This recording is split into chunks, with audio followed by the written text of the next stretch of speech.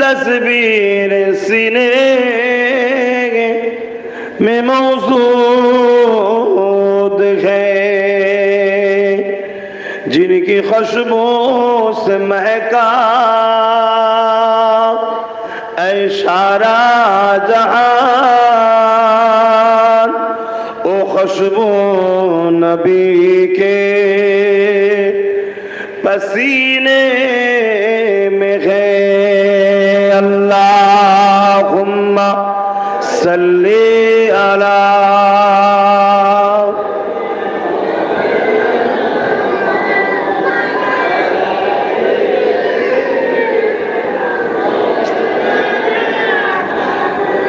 कलिमे ला इलाहा इल्लल्लाह, ला इलाहा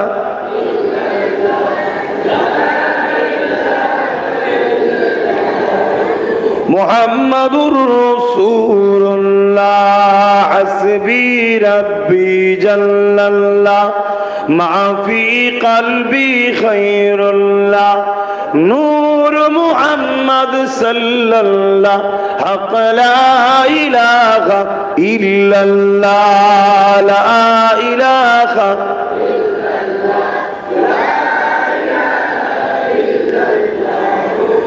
मुहम्मदुर रसूलुल्लाह, ला इलाहा इल्लल्लाह, ला इलाहा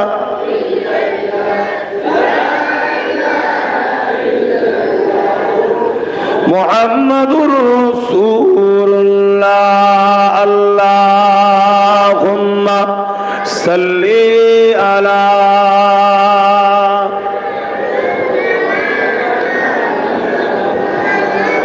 वला आले सय्यदना।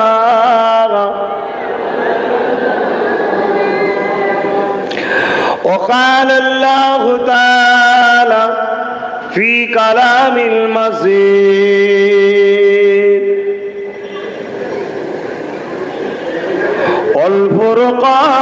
والفرقان الحميد وما خلقت الجن والإنس إلا ليعبدون. وقال النبي صلى الله عليه وسلم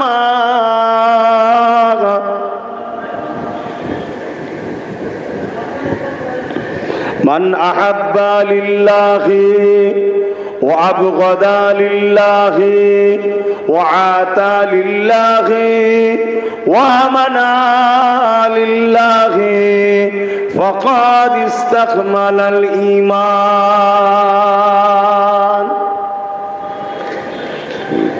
আমার আব্বা জানেরা, আমার নওজোয়ান তরুণীরা, যুবকেরা, ছোট ছোট বাচ্চারা, পর্দা নিশিনা আমার আম্মা জানেরা, আমার বোনেরা, আল্লাহ দরবারে সকলে শুকরিয়া আদায় করে বলি আলহামদুলিল্লাহ। কেন শুকরিয়া আদায় করলাম? আমরা গুনাহগার ঠিকই, আমরা পাপী, কিন্তু আল্লাহ আমাদের উপরে এখনো রাজি আছে। তার প্রমাণ এটা, আল্লাহ আমাদেরকে জান্নাতের বাগানে বসতে দিয়েছে। জোরে বলুন সুবহানাল্লাহ।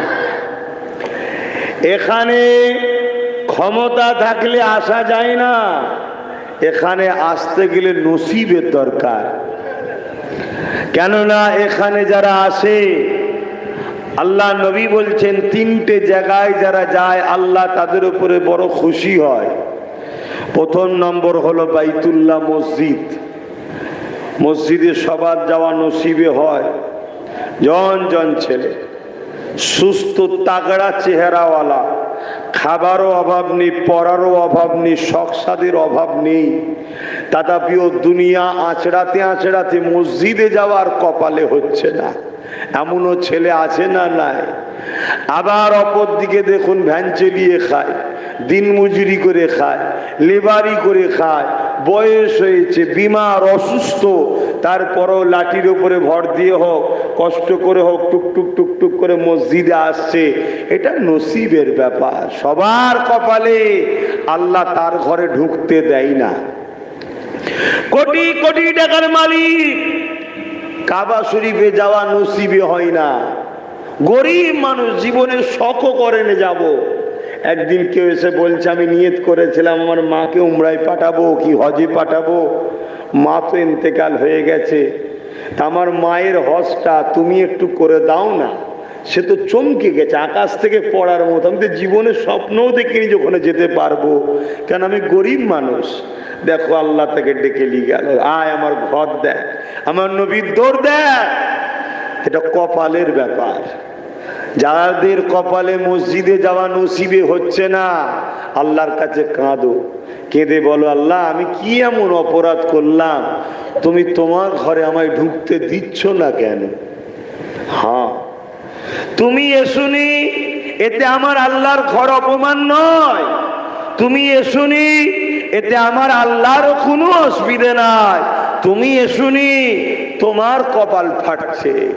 হ্যাঁ, তোমার না আসা যাওয়ার জন্য একদল হয়তো মানবরূপী পশু এই মসজিদকে টার্গেট করেছে, এটা ঠিক কথা। কেন আমাদের যুবকগুলো মসজিদে না আসার জন্য একদল মানবরূপী পশুরা মসজিদের দিকে টার্গেট করেছে।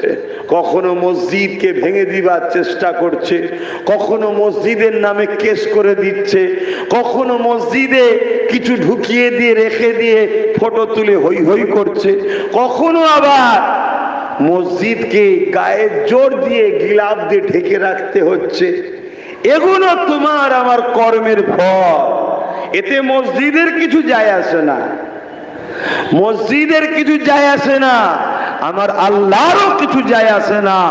যত অপমান লাঞ্ছিত তোমার আমার নাক কাটছে। কেন তুমি আমি জন যুবক ছেলে, তোমার আমার কোনো কর্ম নেই, কোনো দ্বারাই কাজ নেই, তার প্রমাণ এটাই হচ্ছে। তো যাক, আমি যেটা বলতে চাইছি, আল্লাহর ঘরে যদি আসতে না পারি, তোমার আমার কপাল ফাটা। দোয়া আল্লাহর কাছে করো। কেননা নবী আমার জানালেন, যারা আল্লাহর ঘরে আসে আল্লাহকে রুকু ও সেজদা দিবার জন্য, আল্লাহ তাদের উপরে বড় রাজি ও খুশি হয়ে যায়। জোরে বলুন সুবহানাল্লাহ। আল্লাহকে বলবেন তো, আল্লাহকে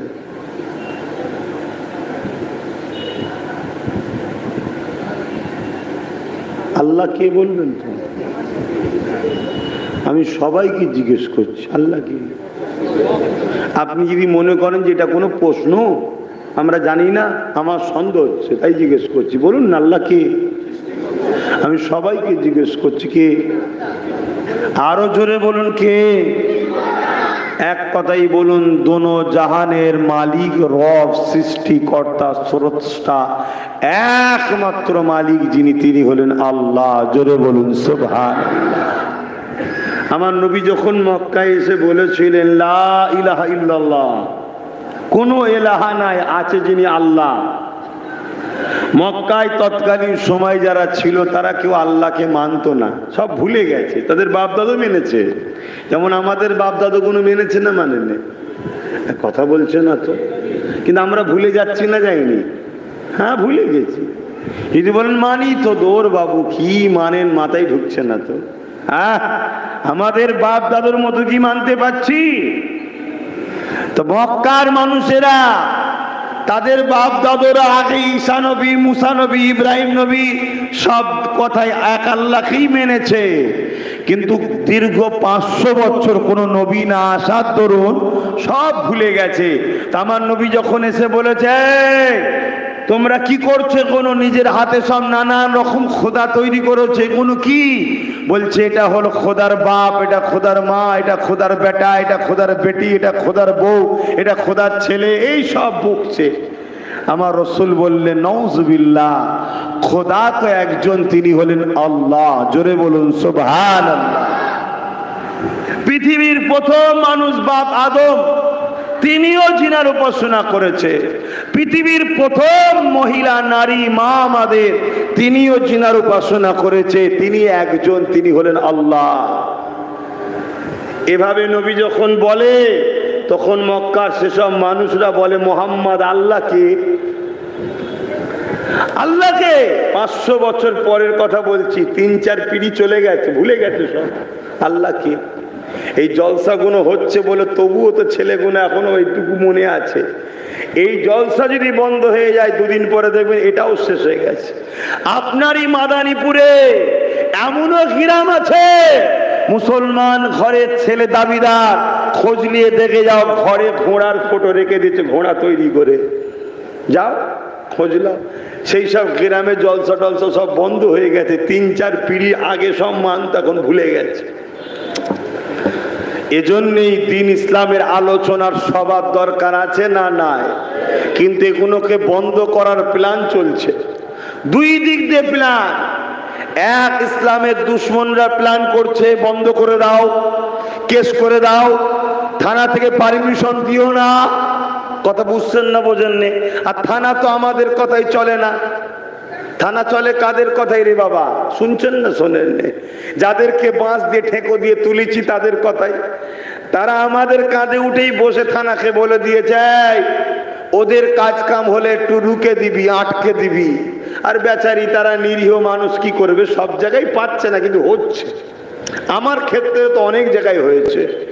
আর আমার ছেলেগুলো সব ইয়ং ছেলে, ওরাও নাছোড় বান্দা। বাপের বেটা ছেড়ে দিবার তো ছেলে নয়, লাস্টে হাইকোর্টে চলে গেছে। হাইকোর্ট থেকে পারমিশন নিয়ে ফটো তুলে আমার হোয়াটসঅ্যাপে পাঠাচ্ছে। আমার ছেলে দেখার চাই, দেখেন। আমি জিজ্ঞেস করছি কি ব্যাপার? বলছে এলাকায় দেয়নি তো কি হয়েছে, আমরা হাইকোর্ট থেকে পারমিশন বার করেছি, জলসা করব। কিন্তু আমার বক্তব্য অন্য। এই এত বাধা কেন? হ্যাঁ, নিজের দেশে কারো ক্ষতি করে নয়, কারো বিরুদ্ধে নয়, নিজের বাপকে বাপ বলে ডাকবো, নিজের মাকে মা বলে ডাকবো, তাও এত সমস্যা কেন? কারণ একটাই, আমরা হাত কেটে ফেলেছি, আমরা লাগাম ছেড়ে দিয়েছি, হাতের চাবুক অন্যের হাতে তুলে দিয়েছি। তাই যেমন করে খুশি আমাদেরকে পিটিয়ে দিচ্ছে। কথা মাথায় ঢুকছে না ঢোকেনি? এই ঢুকছে। যদি ঢোকে তো আলহামদুলিল্লাহ, না ঢোকলে আমার বকা বেকার। এমনিতে অবস্থা ভালো না, জোরে জোরে পিক আপ দিতে হচ্ছে। একটু সরে গেলে আর আমি শুনতে পাচ্ছি না। আর মাই গলাকে বলবো আর ঘাঁটিস নি বাবা, শেষকালে যেটা আছে ওটাও গেলে আরো বেকার হয়ে যাবে। তখন উঠে দাঁড়িয়ে বাবারা বাবারা বলে চিল্লাতে হবে, কানে হাত দিয়ে, আরো বিপদে পড়ে যাবো। আব্বা জান শুনছেন তো আমার আওয়াজ? হ্যাঁ শোনেন, আপনাদের আমি ছেলে সমতুল্য। আপনারা শুধু শুনবেন, ঠিক হচ্ছে কিনা বলবেন, কেন আপনারা আল্লাহ কারে অভিজ্ঞতার মানুষ। তো মন দিয়ে শোনেন। তাহলে আল্লাহর ঘরে আসতে পাচ্ছি না, এটা আমাদের বদনসিব। আল্লাহর কাছে দোয়া চান, আল্লাহ যায়। আল্লাহ নবী বললেন এই ঘরে যারা আসবে তাদের উপরে আল্লাহ রহমত করে। জোরে বলুন সুবহান। তো মক্কার জালিমরা জিজ্ঞেস করছে মোহাম্মদ আল্লাহকে? আমরা তো লাতকে চিনি, উজ্জাকে চিনি, হোবলকে চিনি, এসব নকল খোদা তৈরি করেছে তারা, নাম দিয়েছে। তা আল্লাহটা কি? আমার আল্লাহ আমার রসুলকে শিখাচ্ছে। হাবিব আপনি বলে দিন ওদের ঘরে, কুল হু। হাবিব আপনি বলেন, বড় কাবলাম, কুল মামান, আপ ফরমাইয়ে হু আল্লাহু আহাদ। আল্লাহ তিনি যিনি এক। জোরে বলুন সুবহানাল্লাহ। আরো জোরে বলুন। আপনাকে যদি জিজ্ঞেস করে আল্লাহকে, আপনি কি বলবেন? হু আল্লাহু আহাদ, আল্লাহ এক। আল্লাহকে আল্লাহুস সামাদ, আল্লাহ তিনি যিনি কারো মুখাপেক্ষী নয়। এই আব্বাস সিদ্দিকী মুখাপেক্ষী না মুখাপেক্ষী নয়? জোরে বলুন। আমাকে খেতে লাগে না লাগে না, আমাকে ঘুমোতে লাগে না লাগে না, আমারও অনেক লোকের প্রয়োজন আছে না নাই? হ্যাঁ, আমাকে ওষুধ খেতে লাগে না লাগে না, আমি মুখাপেক্ষী কিছু জিনিসের উপরে। আল্লাহ তিনি যিনি কোনো জিনিসের মুখাপেক্ষী নয়। একজন নবী আমার আল্লাহকে জিজ্ঞেস করেছেন, আল্লাহ আপনি কি ঘুমান না? আপনি কি ঘুমান না? আমার আল্লাহ বলছেন, শোনো, ঘুম তোমাদের হয়, আমি আল্লাহ ঘুম থেকেও পাক পবিত্র। জোরে বলুন সুবহানাল্লাহ। ঘুমটা হচ্ছে দুর্বল কমজোরির লক্ষণ, শরীরকে ফ্রেশ করে দিবার লক্ষণ। তা আমি আল্লাহ, আমাকে কখনো কমজোরি স্পর্শ করে না, তাই আমার জন্য ঘুম নয়। আমার আল্লাহ ওই নবীকে আরেকটা কথা বলেছিলেন, শোনো, এই মাটির পাত্র একটা দিয়েছে, তাতে পানি রয়েছে, দিয়ে বলেছে ওই পাহাড়ে একটা পাথর আছে, এই পাথরে গিয়ে চুপ করে বসে থাকো, যতক্ষণ না আমি উঠতে বলছি ততক্ষণ বসে থাকবে। ফারিস আমার আল্লাহ পাকের ওই নবী পাত্রটাকে নিয়ে, মাটির পাত্রটাকে নিয়ে পানি নিয়ে চুপ করে বসে আছে, এদিকে আমার আল্লাহ ঠান্ডা হাওয়া চালিয়েছে। ভাই ঠান্ডা হাওয়া লাগলে কি হবে বলুন? আর কখন যেন আল্লাহ নবীর চোখটা জুড়ে গেছে, যে জুড়ে যাবে এবার কি হবে? চোখটা জুড়ে গেলে কি হবে বলবেন তো?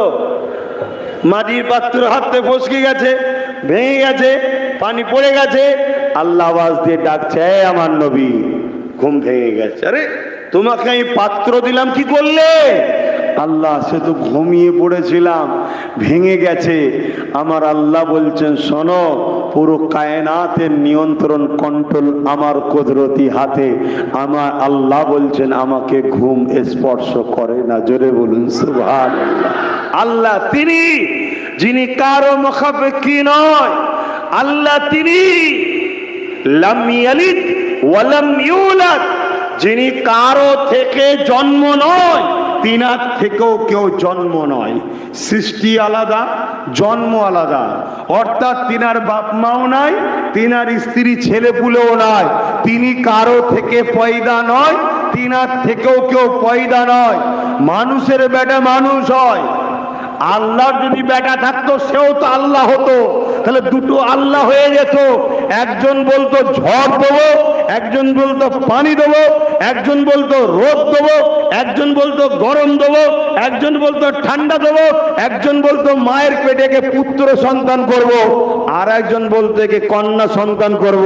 তা আল্লাহর যদি বেটা থাকতো, আরো কিছু থাকতো, তা নিজেদের মধ্যে ঝগড়া হতো না? হতো না? এ কথা বুঝছেন না? বোঝেন? আল্লাহ হলেন এক, লাম ইয়ালিদ ওয়া লাম ইউলাদ। তিনি কারো থেকে সৃষ্টি নয়, তিনার থেকেও কেউ সৃষ্টি নয়। তাহলে কাউকে আল্লাহ, তিনাকে মানবো যিনি কারো থেকে পয়দা নয়, তিনি হলেন আল্লাহ। জিনার থেকেও কেউ পয়দা নয়, তিনি হলেন আল্লাহ। ওয়ালাম ইয়াকুল্লাহু কুফুয়ান আহাদ, যিনি এক অদ্বিতীয়, তিনার সমকক্ষ কেউ নাই, কোন জিনিসের সঙ্গে তিনার তুলনা চলে না। তিনি হলেন আল্লাহ, তিনি হলেন আমাদের স্রষ্টা, তিনি আমাদের মালিক। তিনি আমাদেরকে তৈরি করেছে মায়ের পেটে, পৃথিবীকে তৈরি করেছে সময় লাগে না, শুধু দুটো অক্ষর বলেছে, কাফ নুন কুন হোজা, সঙ্গে সঙ্গে এই পৃথিবী তৈরি হয়েছে। জোরে বলুন সুবহানাল্লাহ। এই যে বিশাল আসমান বিনা খুঁটিতে দাঁড়িয়ে আছে, শুধু বলেছে কাফ নুন কুন হোজা, আসমান হয়ে গেছে। এই যে বিশাল সাগর, পানি তো 3 ভাগ, ডাঙা তো 1 ভাগ। এই জমিনের থেকে পানি অনেক বেশি, পানির কোনো কোন কিনারা পাওয়া যায় না। ওই বিশাল সাগর সমুদ্র আল্লাহ তৈরি করতে সময় লাগেনি, শুধু বলেছে কোন হোজা, সঙ্গে সঙ্গে হয়ে গেছে। জোরে বলুন সুবহানাল্লাহ। সব কিছুকে আল্লাহ তৈরি করেছে ওই কাফ নুন দ্বারা, কোন হোজা হয়ে গেছে। কিন্তু তোমাকে আমাকে, মানুষকে, সে মুসলিম হোক, অমুসলিম হোক, পাকিস্তানি হোক, ভারতীয় হোক, আমেরিকান হোক, জাপানিয়ান হোক, ফ্রান্সিয়ান হোক, পৃথিবীর যে কোনো দেশেরই হোক, প্রত্যেকটা মানুষকে তৈরি যখন আমার আল্লাহ করেছে, 10 মাস 10 দিন কম বেশি সময় ধরে মায়ের পেটে কুদরতি হাত লাগিয়ে আল্লাহ আদর করে বানিয়েছে। জোরে বলুন সুবহানাল্লাহ। আরো জোরে বলে, আরো খুশি দিয়ে বলে। নিজেকে চিনতে শেখো যুবক, তুমি সূর্যের থেকেও শ্রেষ্ঠ, তুমি চাঁদের থেকেও সুন্দর, তুমি পাহাড়ের থেকেও শক্তিশালী, তুমি সাগরের থেকেও বড় ক্ষমতাবান, বিশাল। তোমাকে তোমার রব, তোমার মালিক, তোমার স্রষ্টা, তোমার আমার আল্লাহ কত সুন্দর করে বানিয়েছে। এবং 10 মাস 10 দিন ধরে দেখো, সূর্য বানিয়েছে তোমাকে আমাকে আলো দিবার জন্য। প্রতিদিন সে দেখো আল্লাহর হুকুম মেনে উঠছে, ডুবছে, ডিউটি পালন করে যাচ্ছে। চাঁদ দেখো আল্লাহর মাসের হিসাব দিবার জন্য সে উঠছে, সে তার ডিউটি পালন করে যাচ্ছে। দেখো শাক সবজি আমাদের খাবার জন্য আল্লাহ করেছে, তাদেরও জান আছে। তারা যখন তাদেরকে কাটা হয় তারা খুশি মনে কষ্টকে স্বীকার করে নেয়, কেন আল্লাহর হুকুম, তোদেরকে তৈরি করেছে আমার শ্রেষ্ঠ বান্দারা, আমার শ্রেষ্ঠ মখলুক মানুষ খাবে, তারা হাসি মনে মেনে নেয়। জীবজন্তুর মধ্যে কিছু পশু আমাদের জন্য হালাল করেছে, কেন আমার শরীরে কিছু প্রোটিন দরকার, ভিটামিন দরকার, মিনারেল দরকার, যা যেটা দরকার এক একটা জিনিসের মধ্যে আছে। সেই সব পশুগুলো তাদেরকে যখন জবাই করা হয় তোমার আমার খাদ্যের জন্য কষ্ট হয় না, হয় না? তথাপিও তারা মেনে নেয়, কেন মালিক তাদেরকে হুকুম করেছে আমার শ্রেষ্ঠ মখলুকরা তোকে খাবে। তাও তারা খুশি মনে দেখো আল্লাহর খুশির জন্য কাজ করে যাচ্ছে। আর তোমাকে আমাকে আল্লাহ শ্রেষ্ঠ করেছে, তোমাকে আমাকে যে কাজ দিয়েছে সে কাজ করছি কি বলো? আল্লাহ দুটো পা দিলেন, যদি দুটো পা না দিত এই জমিনে তুমি আমি পরের মুখাপেক্ষী হয়ে থাকতাম। বাজারে যেতে গেলে কাউকে বলতে হতো বাবারে আমাকে নিয়ে চল, নাই লোককে বলে বেড়াতে হতো আমাকে একটা ঠেলা গাড়ির ব্যবস্থা করে দে। এ যুবকেরা, তরুণীরা, বাপেরা, আল্লাহ দুটো পা দিল। আল্লাহ দিয়া পা দিয়ে তুমি নিজের কাজের জন্য 24 ঘন্টা যেতে লেগেছ। তোমার মালিক তোমাকে দুটো পা দিল, ওই পা দিয়ে হেঁটে হেঁটে তোমার মালিক খুশি হবে যে মসজিদে এলে। ওই মসজিদে তুমি কখনো কি আসতে পারলে? বিবেককে প্রশ্ন করো, তুমি কত খারাপ না ভালো? নিজেকে প্রশ্ন করো। কাউকে খুশি করার জন্য এসে লাভ নেই, আর কারোকে ভয়ের জন্য এসেও লাভ নেই। তোমার বিবেককে প্রশ্ন করো। হাই রে আমার মন, হাই রে আমার দিল, হাই রে আমার নফস, আল্লাহ দিয়া পালিয়ে গানে যেতে পারলাম যেখানে যেতে নিষেধ করেছে, যাত্রায় গেলাম যেখানে যেতে নিষেধ করেছে, দুনিয়ার জালিম নেতাদের মিটিং মিছিলে গেলাম যেখানে যাওয়া ইসলাম হারাম করেছে। আর যে মাহফিলে গেলে কোরআন শোনায়, হাদিস শোনায়, সত্য শোনায়, সেই মাহফিলে যেতে পারলাম না। যে মসজিদে এলে আল্লাহ খুশি হয় সেখানে যেতে পারলাম না। এটা নিজেকে প্রশ্ন করো, নিজেকে ভাবাও, তবে পরিবর্তন হবে। শুনলে শোনার জিনিস নয়, শুনে বুঝার জিনিস। আল্লাহ পা দুটো পা দিল। রে আমার বান্দা বান্দি রে, এই পা দিয়ে তোরা আমার মসজিদে আসবি, এই পা দিয়ে তোরা দিন শিক্ষার জন্য কোরআনের মাহফিলে যাবি, আলেমদের সোহবতে যাবি, আল্লাহর ওলিদের দরবারেতে যাবি। এই দুটো পা দিয়ে তোরা বিমারিকে দেখতে যাবে, এই দুটো পা দিয়ে হালাল ইনকাম করার জন্য বেরোবে। এই দুটো পা দিয়ে বান্দা যে রাস্তায় গেলে আমি নারাজ হব ওই রাস্তাতে যাবি না, কাউকে জুলুম করার জন্য যাবি না, কারো নামে মিথ্যা সাক্ষী দিবার জন্য যাবি না, কারো ক্ষতি করার জন্য যাবি না। ওরে আমার বান্দা বান্দি রে, আমি আল্লাহ তোদেরকে দুনিয়ায় পা দিয়েছি আর পরীক্ষা নিবার জন্য ছেড়ে দিয়েছি। হয়তো তুই এই পা দিয়ে আমার মসজিদে না এসে আমার বিরোধী রাস্তা, গান, যাত্রা, সিনেমা, জুয়া, গরিবকে লুটা, খারাপ নোংরা রাস্তাতে হেঁটে বেড়াচ্ছে। মনে রাখবি আমি আল্লাহ তোকে ছাড় দিয়েছি, ছেড়ে কিন্তু দিইনি।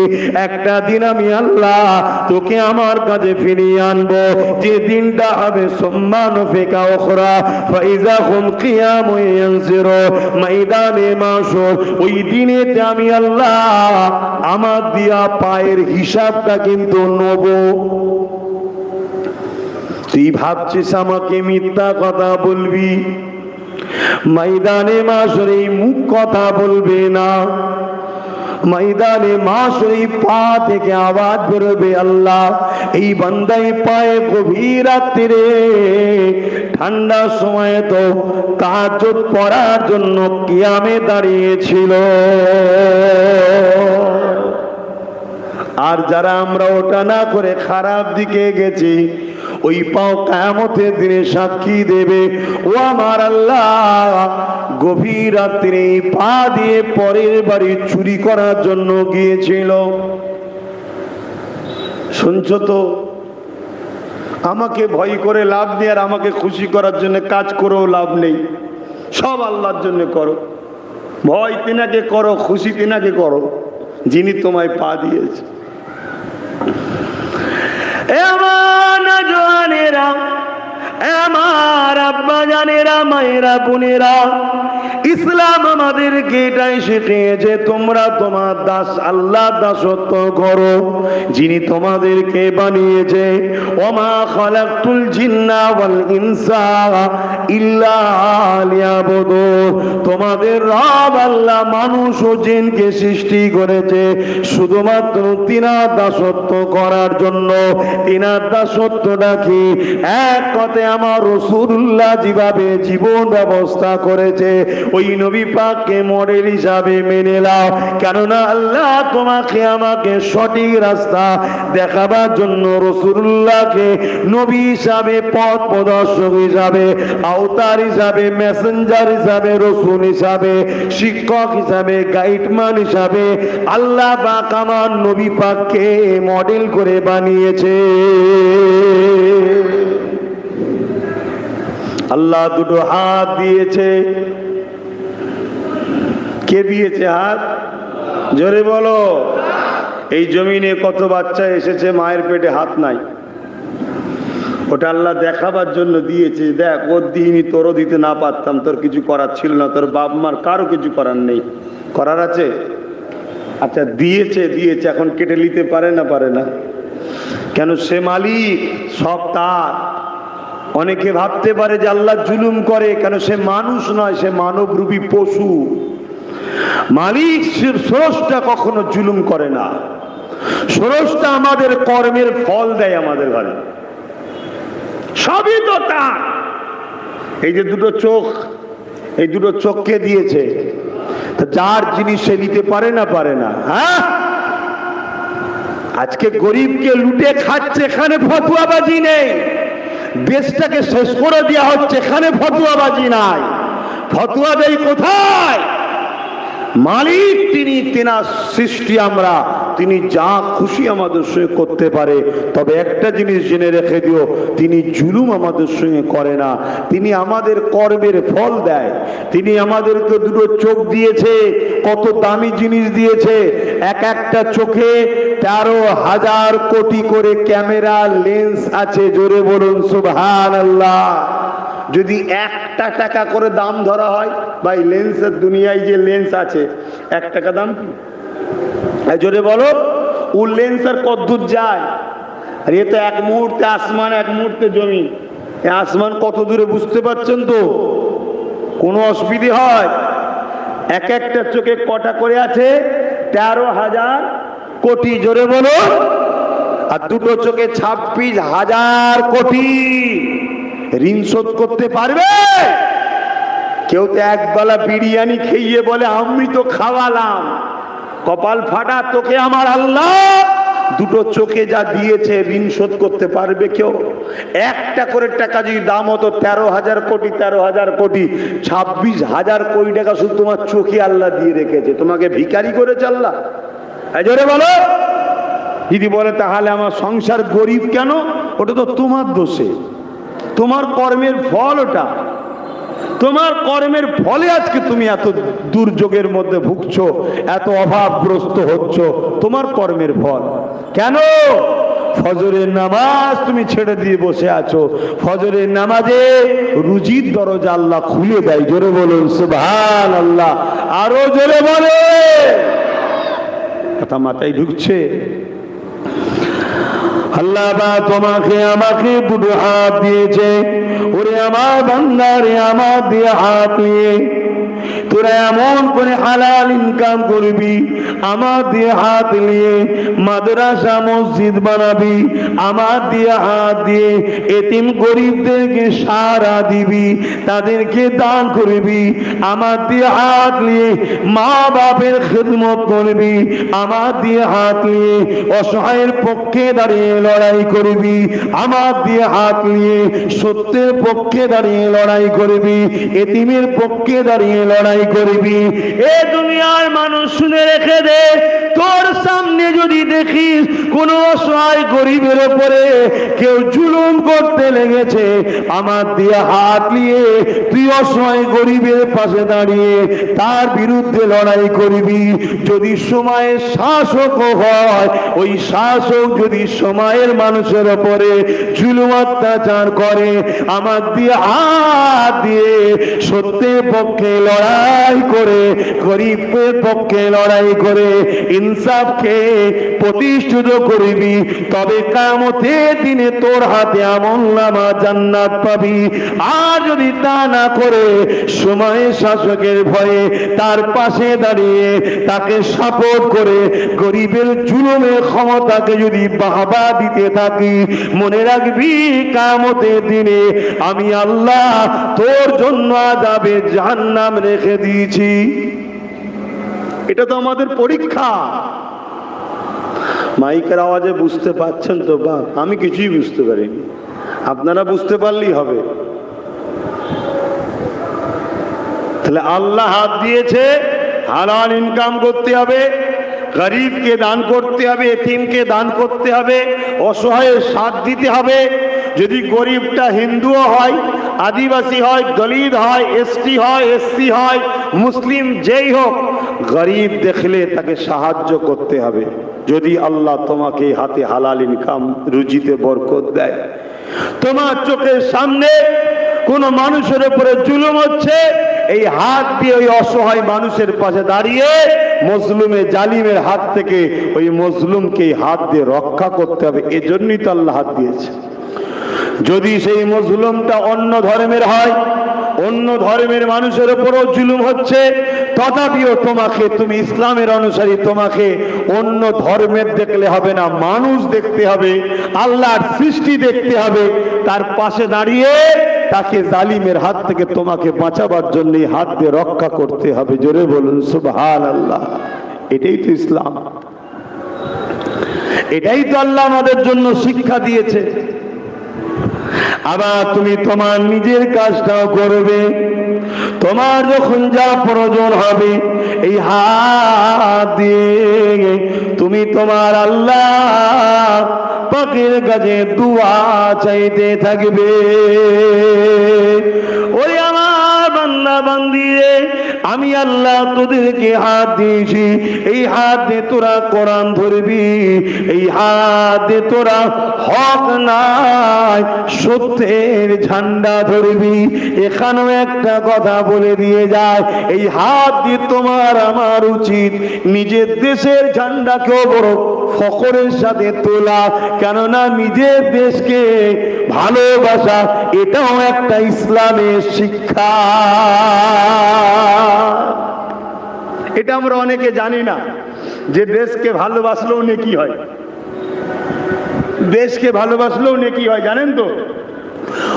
অন্য কার হয় আমি জানি না, অন্য কোন ধর্মে কি শিক্ষা আছে আমার জানা নেই বাপ। আমি অন্য ধর্ম হলে তখন আলোচনা করতেও আসিনি, আমি আমার ধর্মের আলোচনা করছি। আমার ধর্মের কোন অনুসারী যদি সে তার মাতৃভূমিকে ভালোবাসে, রাসূলুল্লাহ সুন্নাতের নেকি হবে। জোরে বলুন সুবহানাল্লাহ। কেন? নবী নিজের মাতৃভূমি মক্কাকে ভালোবেসেছিল। জোরে বলুন সুবহানাল্লাহ। কিন্তু আমরা অনেকে বুঝি না, আর আমরা এই বুঝি না বলে আজকে যে সে আমাদের ঘরে যা খুশি তাই বলে দিচ্ছে। কি বলছে না বলেন? তোমাদের এখানে থাকা হবে না, অন্য জায়গায় চলে যাও। কিছু বাঁদর লাফালাফি করছে না করেনে? হ্যাঁ, এই বাঁদর লাফাচ্ছে, দোষ ওই বাঁদরগুলোর নয়, দোষ তোমার আমার, দোষ তোমার আমার। তুমি আমি নিজের ধর্ম কি শিক্ষা দিয়েছে, কি ট্রেনিং দিয়েছে, নিজেকে আল্লাহ কেন বানিয়েছে ওটাই তো জানি না, তাই যে যা খুশি বলে যাচ্ছে। হ্যাঁ, যে যা খুশি বলে যাচ্ছে। অনেক সময় দেখবে চামচিক সূর্যকেও দেখবে কি বলে চাঁদকে নিজের ডানা দিয়ে কি বলে আলোকে আড়াল করার চেষ্টা করে। আজকে আমাদের সেই দশা হয়েছে। আসো পরিবর্তন হও। আল্লাহ পাক তোমাকে আমাকে কি জন্য বানিয়েছে? তোমাকে আমাকে তো আল্লাহ পাক এই জমিনের উপরে প্রতিনিধিত্ব করার জন্য বানিয়েছে, খলিফা করে বানিয়েছে, নেতৃত্ব দিবার জন্য তো বানিয়েছে, লিডার হওয়ার জন্য তো বানিয়েছে। কিন্তু হায়রে কপাল, লিডারের পথ ছেড়ে দিয়ে ওই চেয়ার ধোয়া মোছা করাটাকে, তার বিনিময়ে ভিক্ষা নেওয়াটাকে পছন্দ করে নিয়েছি। কি করেছে না করেন? হ্যাঁ, অথচ আল্লাহ আমাদেরকে খলিফা করে পাঠিয়েছে। আমরাই তো শ্রেষ্ঠ উম্মত।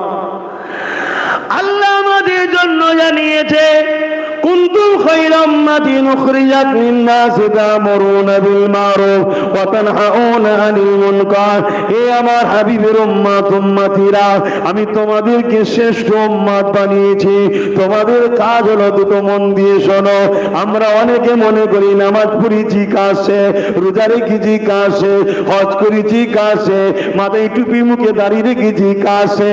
না না না না, শুধু এতটুকু কাজ নয়, এটা তো তোমার নিজের কাজ করলে, এই সমাজের জন্য কি করলে? আল্লাহ তোমাকে যে খলিফা করে পাঠালো, প্রতিনিধিত্ব করার জন্য পাঠালো, নেতৃত্ব দিবার জন্য পাঠালো, তার জন্য তুমি কি করেছো বলো? সেই দায়িত্বটা কি পালন করেছো? নামাজ তো তুমি আমিও পড়ি, ইমামে হোসেন হুজুর তো নামাজ পড়েছো, তবে তোমার আমার না এক পাল্লায় যদি রাখা হয়, ইমাম হাসান হোসেন হুজুরের একদিনের এক ওয়াক্তের নামাজ যদি রাখা হয়, আমার ঈমান বলে যায় তোমার আমার আজকে দিনে পৃথিবীর সমস্ত লোকের নামাজ সারা জীবনের রাখবো, আর আমার ইমাম পাকের এক ওয়াক্তে একটা সিজদা রাখবো। ইমাম পাকের সিজদা রাখার পাল্লাটা ভারী হবে। তিনিও তো নামাজ পড়েছে। তাহলে এজিদের বিরুদ্ধে কারবালায় কেন গিয়েছিল? হ্যাঁ, মন দিয়ে শোনো, আজ আমাদেরকে প্ল্যান করে 1-150 বছর ধরে ইসলাম থেকে অনেক দূরে সরাবার প্ল্যান চালানো হচ্ছে। এটা পশ্চিমা দুনিয়াদের একটা বড় ষড়যন্ত্র। সুলতান আব্দুল হামিদ চলে যাবার পর এই ষড়যন্ত্রের শিকার আমাদেরকে বানানো হয়েছে। যতদিন সুলতান আব্দুল হামিদ জমিনের উপরে ছিল, ততদিন এই ষড়যন্ত্র চালিয়েছে ঠিকই, কিন্তু সাকসেসফুল হতে পারেনি। সুলতান আব্দুল হামিদ ইন্তেকালের পরে কে সুলতান আব্দুল হামিদ জানেন আপনারা? জানেন? কাদের কাছে ওয়াজ করবো আমি? এরা সুলতান আব্দুল হামিদকেই জানে না। তাহলে কি করে তোমরা মাথা তুলে বাঁচবে বলো? কাল যদি কেউ এসে বলে তোর বাপ দাদু এখানে কোনো অস্তিত্ব নেই, তুমি তো খবরই দিতে পারবে না, কেন তুমি তো জানোই না তোমার পূর্বপুরুষদের ইতিহাস কি। কি গো, কথা বুঝছেন তো নাকি? কষ্ট হচ্ছে? আমি কিছু ভুল বলছি? বোঝেন না, সব বেকার। কালকে তো এসে বলতে পারে এটা আমাদের তৈরি করা, কেউ তো এসে বলতে পারে এটা তোদের নয়। যাকে কি করবেন আপনি? আপনার তো ইতিহাসে না এটা কে বানিয়েছে। আপনার 2-3 পিঢ়ি ছেলেকে আপনি জানান এটা কে বানিয়েছে, কি হবে?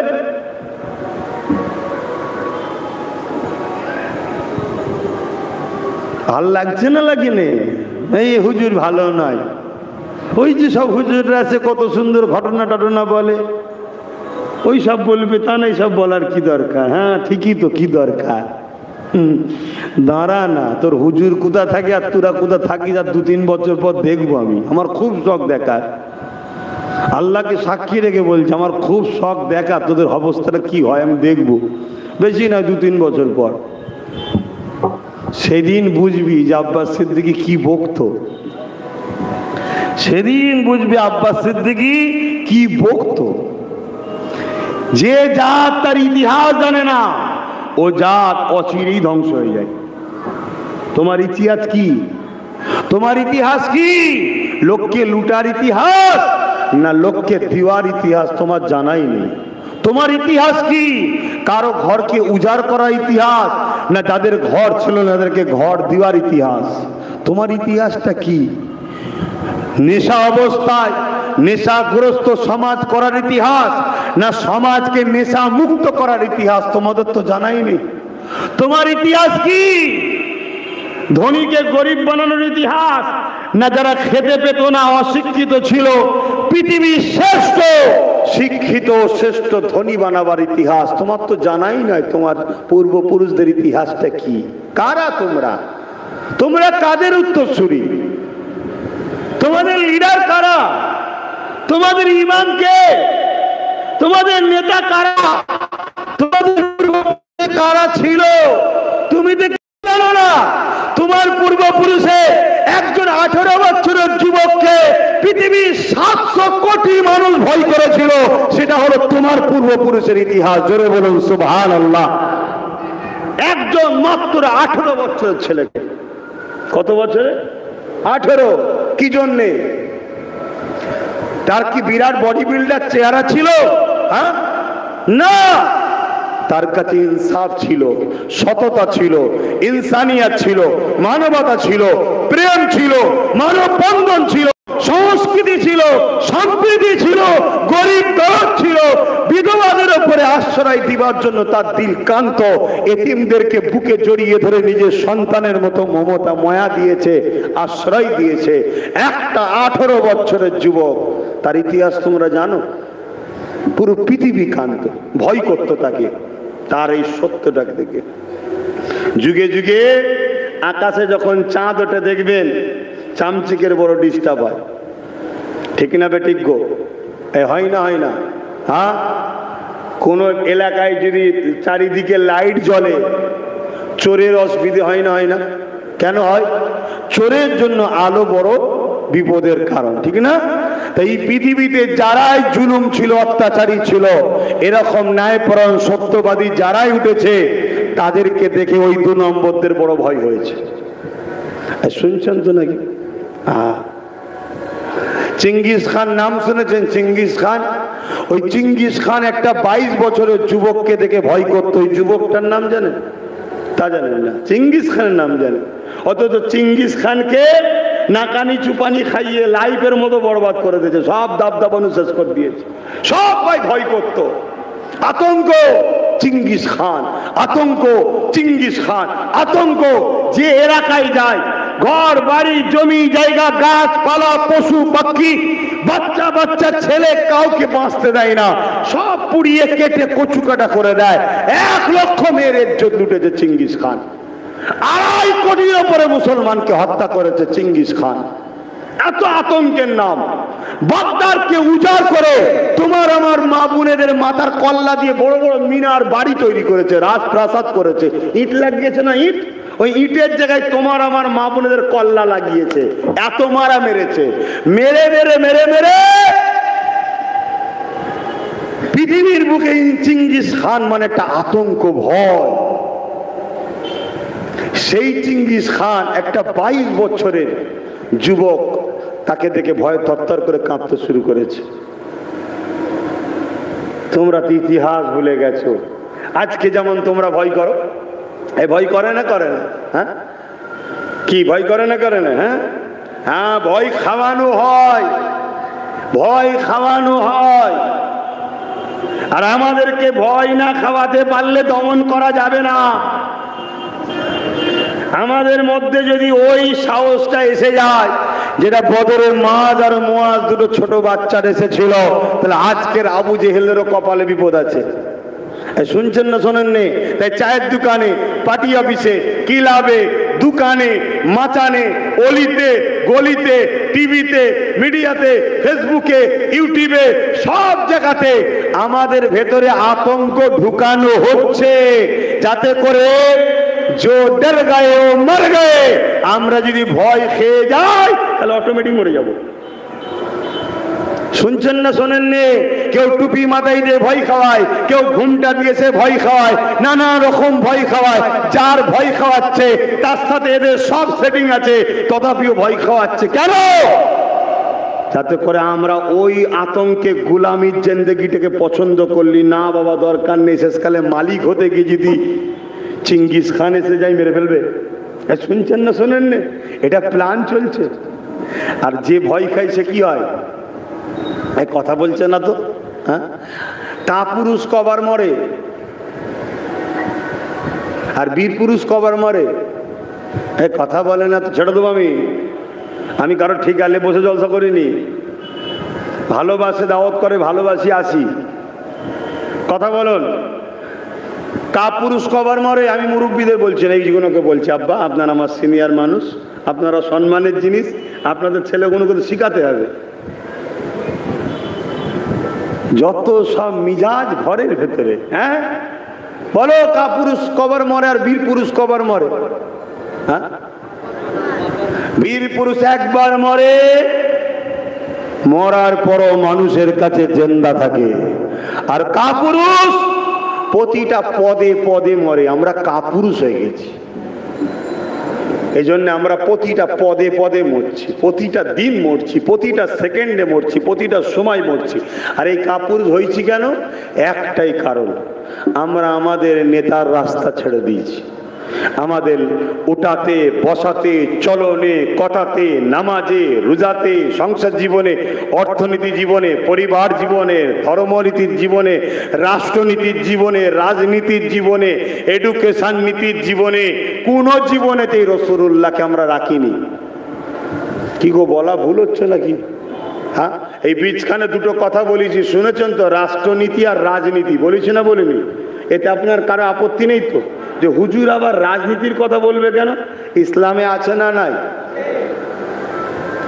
কিন্তু আমরা ফলো করি কাকে?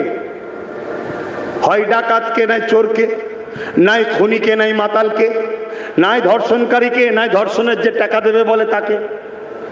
এছাড়া অন্য কাউকে ফলো করেন? এজন্য তো আমাদের দুর্দশা। আমরা নামাজে তো ইবাদত উচিত রসুলকে ফলো করা, সংসার জীবনেও রসুল, শিক্ষা জীবনেও রসুল, ব্যবসায়ী জীবনে রসুল, এডুকেশন জীবনে রসুল, সম্প্রীতির জীবনে রসুল। আমরা তো মুখে বলি সম্প্রীতি, কখনো তোমার পাড়ার ওই হিন্দু পরিবারে খেতে পাচ্ছে কি না পাচ্ছে দেখতে যাও, কিন্তু আমার রাসূলুল্লাহ খোঁজ নিত, আমার রাসূল খোঁজ নিত যে রাসূলুল্লাহ সম্প্রীতি করবে, সে পাশের অন্য ধর্মের পাশ বাড়িতে গিয়ে খোঁজ নিয়ে তারও খাবারের ব্যবস্থা রাসূল করেছে, তুমিও করবে। জোরে বলুন সুবহানাল্লাহ। তাই বলবো, রাসূলকে মডেল বানান। আজকে আমাদেরকে বড় প্ল্যান করে 1-150 বছর ধরে ইসলামের কয়েকটা জিনিসকে ধরিয়ে দেওয়া হয়েছে। আরে তোরা এখানে কেন? তোরা তো ভালো ছেলে, তোরা তো মসজিদে থাকবি, তোরা মৌলভী সাহেব মানুষ, তোরা তো বাবা কোরআন খতম করবি, ফু দিবি, আল্লাহ আল্লাহ করবি, এখানে কেন বাবা তোরা? এক কথা বুঝছেন না, বোঝেন না?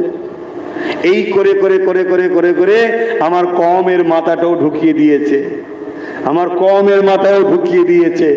আমার কওম ভুলেই গেছে যে চুরি করা যেমন হারাম, চোরকে সাপোর্ট করাও হারাম। মদ খাওয়া যেমন হারাম, মদকে সাপোর্ট করাও তেমন হারাম। জুলুম করাও যেমন হারাম, জালিমকে সাপোর্ট করাও তেমন হারাম। দেশের গাদ্দারের সঙ্গে দল করা যেমন হারাম, দেশের গাদ্দারি করা যেমন হারাম, এই দেশের গাদ্দারকে সাপোর্ট করাও তেমন হারাম। এটা তো আমার কওম ভুলেই গেছে। আমার কম মনে করে আমি তো গাদ্দারি করিনি, আমি তো কারো টাকা পয়সা জায়গা জমি চাকরি বাকরি তো ঝেড়ে খাইনি, আমার ভয় কিসের? না রে বন্ধু, তুমি হক নাসের গোনা করছো, তোমার খেয়াল নেই। নামাজ কাজা তওবা করলে মাপ আছে, কিন্তু হক নাস যদি হয়ে যায়, বান্দার হক মেরে খেয়েছো, মাপ আছে? আমার কওমের আকসার ছেলে এই পাপের সঙ্গে জড়িয়ে গেছে, আমাদের খেয়ালই নেই। বলো আমি ভুল আজ করছি? আমার কথায় কষ্ট হচ্ছে? কষ্ট হলে বাপ আর একটুখানি সবর কর, আর আনবিনি, আর আমি এলে যাবিনি, পরের বার থেকে মিটে যাবে। কথা মাথায় ঢুকছে না? আর যদি মনে হয় যে রোগ হলে একটু তো ওষুধ খেতে হবে, একটু ওষুধ খাওয়ার পরে যদি সুস্থ হয়, জানটা আরাম হবে, তাহলে বাপ একটু রোগের জন্য ওষুধ দিচ্ছি। রোগ ঢুকে গেছে আমাদের মধ্যে, বড় প্ল্যান করে ঢুকানো হয়েছে। কেন? আল্লাহর সাহায্য যদি আমরা পাই, আজকেও যদি কোনো দিন বদরে 1000-এর ওপরে যেমন এসেছিল, আজকেও যদি কেউ বেশি আসে, তাও আমাদের অসুবিধে হবে না, আমরা আল্লাহ দাতি কামিয়াবি হব। জোরে বলুন সুবহানাল্লাহ। এজন্য আমাদেরকে বড় 2 নম্বর জিনিস ঢুকিয়ে রুগী বানানো হয়েছে, যাতে করে আল্লাহর রহমত থেকে আমরা সরে যাই। আমার আব্বা জানদের কষ্ট হচ্ছে নাকি? আব্বা একটু হ্যাঁকি না বলেন। আব্বা, আমি কি আপনার বেটাগুলোকে ভুল শোনাচ্ছি? হ্যাঁ, একটু বোঝো। মসজিদে যাবা যেমন ইসলামের নাম, আপনার স্ত্রী আপনার বাচ্চার হালাল খাদ্য খাওয়ানোর নাম কি ইসলাম নয়? বলুন, পেট ভরে খাবার লাইন আর আসছে আগামী দিন? আসছে। ইনকাম তো সেই জায়গায় রয়ে গেছে, জিনিসের দাম কোথায়? চুরি করবেন, ডাকাতি করবেন, ঝেড়ে নেবেন, কেড়ে নেবেন না? ওটা কখনো হয়? ওটা যদি না হয় তাহলে করবেন কি? ইনকাম তো সেই রয়ে গেছে, বাড়ছে নাকি ইনকাম? করবেন কি করে? একটু মাথায় ঢুকান, নাই বিপদ আসছে। এটা যেমন একটা ব্যাপার, আর একটা ব্যাপার হলো তুমি আমি বড় প্ল্যান করে জালিমদের চক্রান্তের শিকার হয়ে আল্লাহর ঘর মসজিদের দুশ্মন হয়ে যাচ্ছি, তুমি আমি মাদ্রাসার দুশ্মন হয়ে যাচ্ছি, তুমি আমি ইসলামের নিয়ম কানুনেরও দুশ্মন হয়ে যাচ্ছি। এ যুবকেরা, তরুণীরা, বাপেরা, যদি বলেন কেমন করে দুশ্মন হচ্ছে, খুব ঠান্ডা মাথায় শোনো। বড় প্ল্যান খুলতে লেগেছে। কখনো কখনো কেউ বক্তব্য দেয় মাদ্রাসায় নাকি সন্ত্রাস তৈরি হয়। শোনো শোনো শোনো, কোথায় বসে আছো তোমরা? জোরে বলো। মাদ্রাসা সন্ত্রাস তৈরি করার জন্য তৈরি হচ্ছে? হ্যাঁ, কথা বলছে না তো? হে যুবকেরা, তরুণেরা, স্কুলে পেটে শিক্ষা দেওয়া হয়, আর মাদ্রাসাতে অন্তরে শিক্ষা দিয়ে প্রকৃত মানুষ বানানো হয়। স্কুলে দেখাতে পারবেন না দেশপ্রেমের শিক্ষা দেওয়া হয়, স্কুলে দেখাতে পারবেন না মা বাপের সম্মানের মর্যাদা কতই শিক্ষা দেওয়া হয়, স্কুলে দেখাতে পারবেন না চুরি করলে কি পাপ হয় শিক্ষা দেওয়া হয়, ইসলামে স্কুলে দেখাতে পারবেন না গরিবকে ভালোবাসলে কি নেকি হয়। ওই শিক্ষাগুলো কোথায় দেওয়া হয়? যেটাকে মানুষ তৈরি করা বলা হয়, মা বাপকে ভালোবাসার শিক্ষা। তাই তো মাদ্রাসার ছেলে গরিব হতে পারে, ডাল ভাত খেতে পারে, কিন্তু পৃথিবীর একটা বৃদ্ধাশ্রমে আমায় নিয়ে যে দেখিয়ে দাও যে মাদ্রাসায় পড়া ছেলে তার মা বাপকে বৃদ্ধাশ্রমে দিয়ে এসেছে। আর আমি কোটি কোটি দেখিয়ে দেব, ডাক্তার হয়েছে, জজ হয়েছে, উকিল হয়েছে, কোটি কোটি টাকার গাড়ি বাড়ি রয়েছে, ওই মা বাপকে ঘরে ভাত দেয়নি, বৃদ্ধাশ্রমে দিয়ে এসেছে। কেননা প্রকৃত মানুষ স্কুলে পেটে শিক্ষা দেওয়া হয়, আর প্রকৃত মনুষ্যত্বের শিক্ষা আল্লাহ নবীর ঘর মাদ্রাসাতে দেওয়া হয়।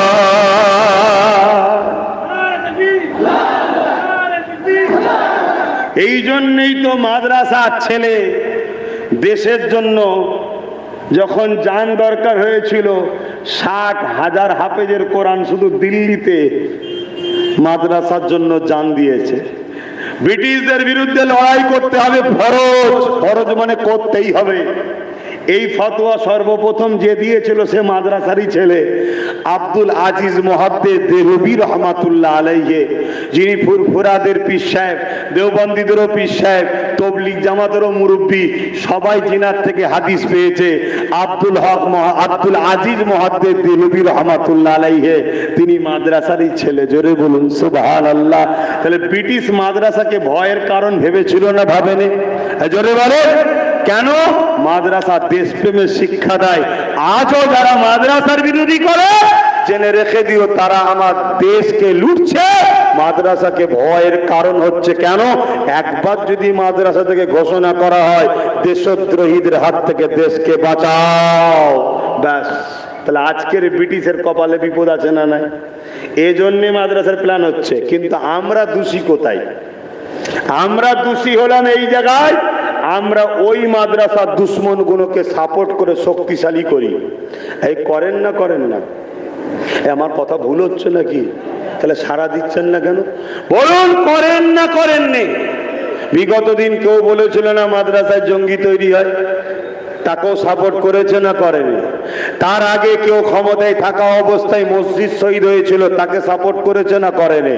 আজকে কেউ কেউ বোলডুজার দিয়ে মাদ্রাসা ভাঙছে, তাকেও সাপোর্ট করছে না করেনি? আবার কেউ মাদ্রাসার শিক্ষা বন্ধ করে দিয়ে, কি বলে, শিক্ষককে ভ্যাকান্সি বন্ধ করে দিয়ে মাদ্রাসাকে নীরবে ধ্বংস করতে চাইছে, তাদেরকেও আমার ঘরের ছেলে সাপোর্ট করে না করে না?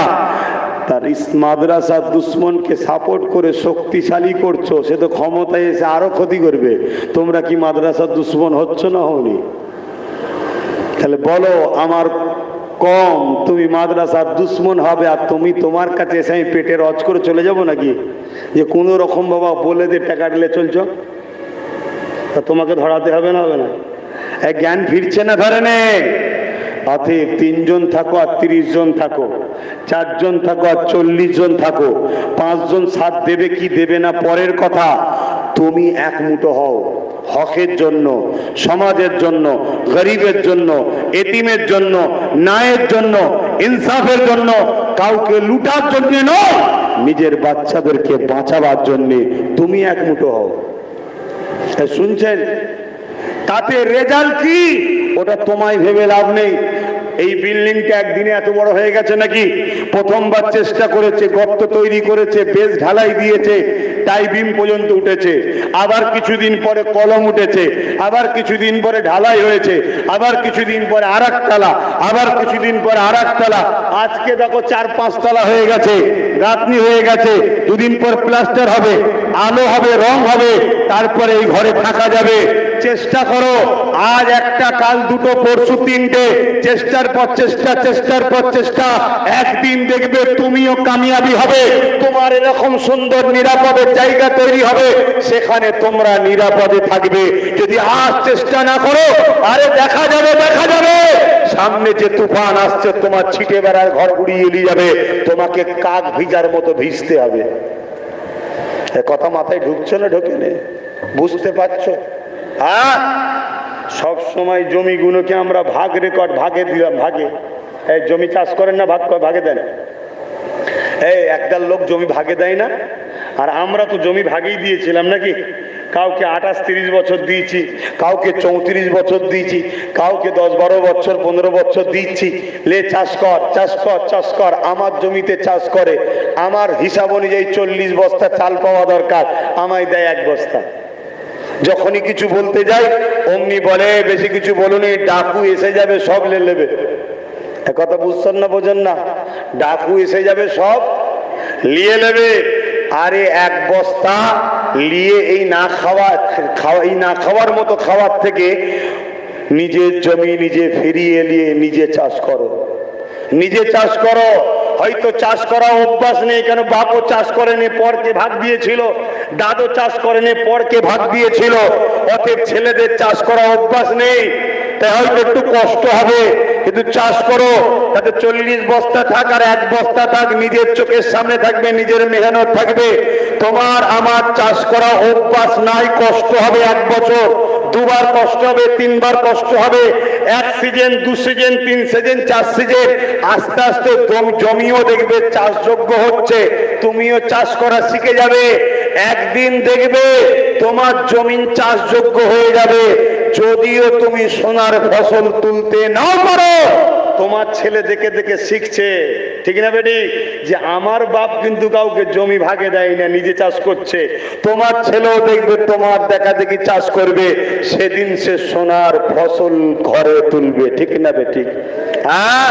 আর ওই বাপের মতো এলে বাবা তুই 34 বছর, এলে তুই 30 বছর, এলে তুই 15 বছর, এই ভাগ চাষি যদি হয়ে থাকো, রেখ দিয়ে দাও, তাহলে যেমন কপাল ফাটছে, আগামী দিন দেখবে তেজপাতা হয়ে গেছো।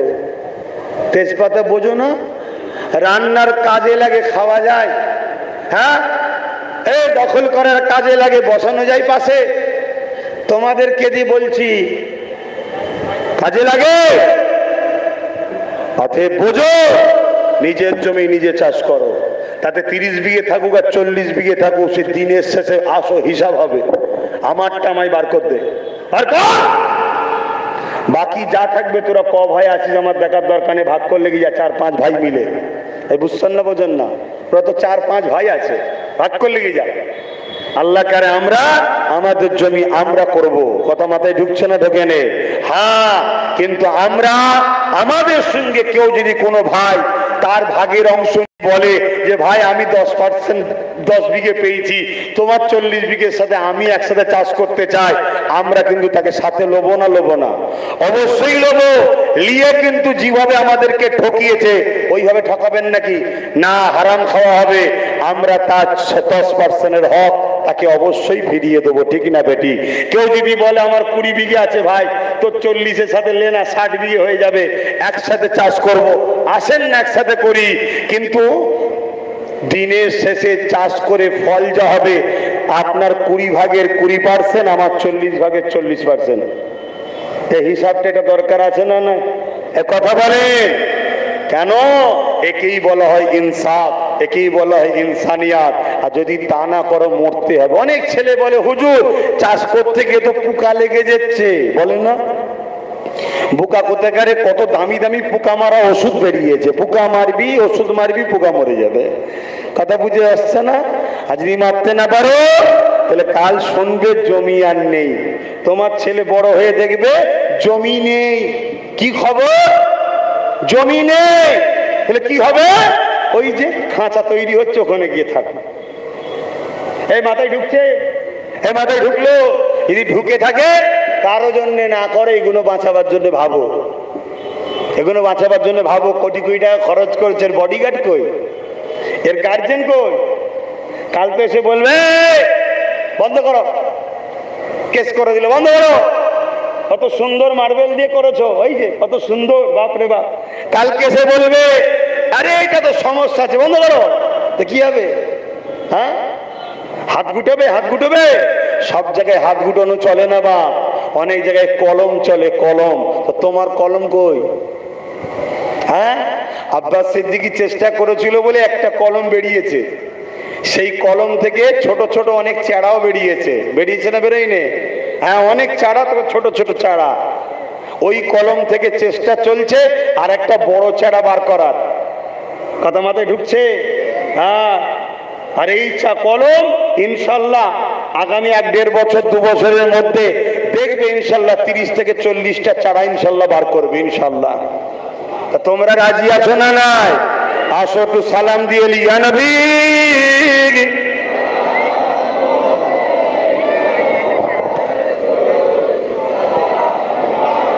নামাজ হবে কটায়?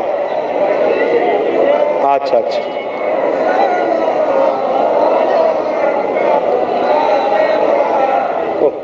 পিঠ সব ঘেমে যাচ্ছে।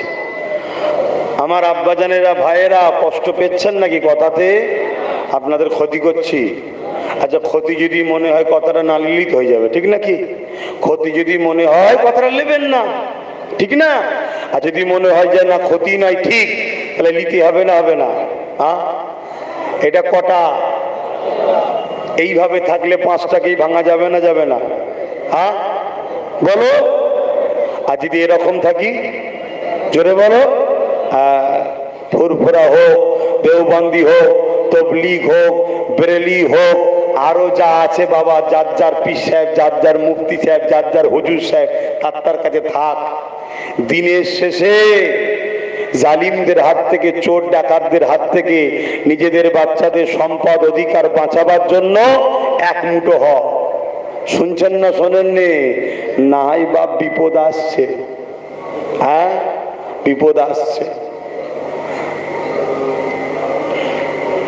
এখন কেউ যদি শিয়ালের কাছে মুরগি পাহারা দিতে দেয়, এর চেয়ে বড় চালাক, এটা চালাক না বুকা? জোরে বলে। হ্যাঁ, শিয়াল বড় পণ্ডিত, তাই তো নাকি? হ্যাঁ, শিয়াল বড় পণ্ডিত। শিয়াল দেখছে এদের কাছে পণ্ডিত সাজতে হবে, আর আপনি তার কাছে দিয়েছেন মুরগি পাহারা দিতে। থাকবে মনে হয় আপনার মুরগি? মাছ যদি কেউ বিড়ালের কাছে পাহারা দেয়, ও মাছ আর থাকবে? জোরে বলে। হ্যাঁ, আমরা তো ওই করছি ৭৭ বছর ধরে। কখনো শিয়ালের কাছে দিয়েছি, কখনো মুরগির কাছে দিয়েছি। এখন আমরা মুরগির হাতে আছি। কথা বুঝছেন না, বোঝেন নে? আগামী দিন আসুন, কোরাইশ বংশের বাচ্চার নেতৃত্ব রসুল মানতে বলেছে। একজন ইমানদারের সাথে বন্ধুত্ব করেন, নেতৃত্ব নয়, বন্ধুত্ব করুন। আসুন একসাথে আমরা আমাদের বাচ্চাদের কথা ভাবি। আমরা কথা মাথায় ঢুকছে? আমরা কারো বিরুদ্ধে নয়, কিন্তু আমাদেরকে কেউ লুটবে সেটা চোখ মুছে দেখে নেবেন নাকি? আপনারা চোখ চেয়ে দেখবেন নাকি? তার জন্যে বাপ কলম দরকার, পাওয়ার দরকার। এই গায়ের জোর সব জায়গায় চলে না। সাপ মনে করে আমি খুব শক্তিশালী, যা দেখাই জড়িয়ে ভাঙতে যায়, যা দেখে জড়িয়ে ভাঙতে চায়। এখন ধারালো তরোয়াল যদি সাপ জড়িয়ে ভাঙতে যায়, বিপদ আছে না নাই? অতএব সব জিনিস জড়িয়ে ভাঙা যায় না। কিছু জিনিস আছে কলমের জোরে, ক্ষমতার জোরে সেগুলোকে রুখতে হয়। আসুন, ইয়া নবী সালাম,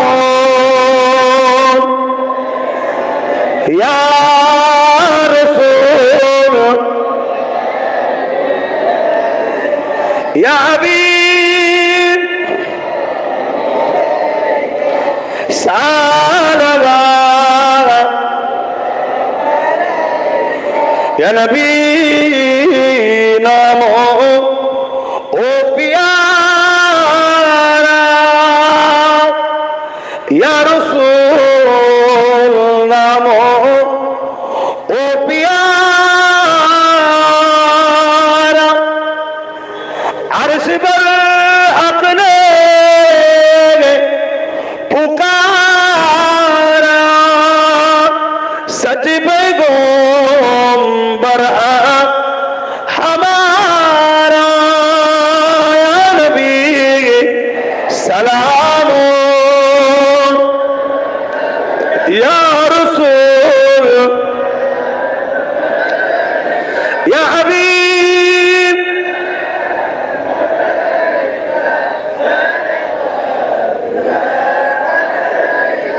কঠিন হাসরের দিনে কি আছে মোদের কপালে, গুনাহগার উম্মাহ আত আপনার লইবেন সঙ্গে মাশারে, নবী সালাম, ইয়া রাসূল,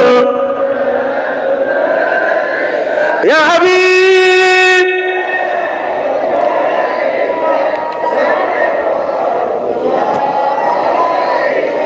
সকলে গায়ে গায়ে বসুন।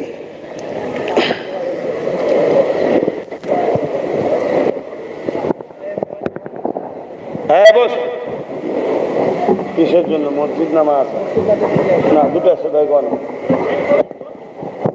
মসজিদের টাকা মাদ্রাসায় দেওয়া যায় না, মাদ্রাসার টাকা মসজিদে দেওয়া যায়, মসজিদের টাকা মাদ্রাসায় দেওয়া যাবে না।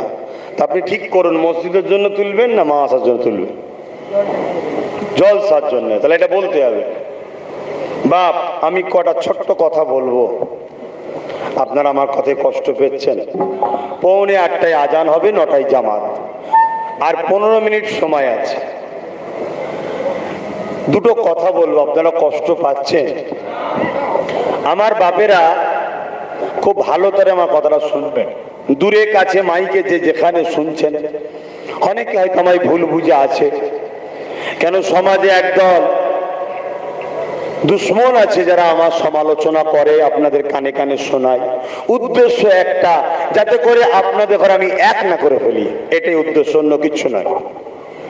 ওদের যদি দম থাকে আমাকে বসে বলুক যে আমি ভুল করছি, যা বলবে, যা শাস্তি দেবে মেনে নেব। খুব ভালো করে শোনো। এই পশ্চিম বাংলা বা আমার ভারতবর্ষে, বিশেষ করে আমি পশ্চিম বাংলা নিয়ে বলছি, যেটার খবর আমি ভালো জানি, কেন আমি পশ্চিম বাংলার নাগরিক, ভারতের নাগরিক, কিন্তু পশ্চিম বাংলা রাজ্যে আমার বাড়ি।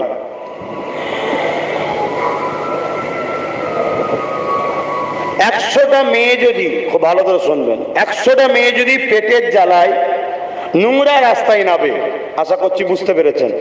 এটা ডাটা বলছি, তথ্য, ভারত সরকার ও বাংলার যে তথ্য ওয়েবসাইট আছে, বাংলা যে ওয়েবসাইট আছে, সেই তথ্য বলছি, 100টা মেয়ে যদি নোংরা রাস্তায় নামে পেটের জ্বালার জন্য, শখে নয়, অভাবে, নাচারে, বাচ্চা অসুস্থ, খেতে পাচ্ছে না, বাপ বিমারে, ছেলে জেলে ছাড়াতে হবে, কেসের পয়সা নাই, কথা বুঝছেন না?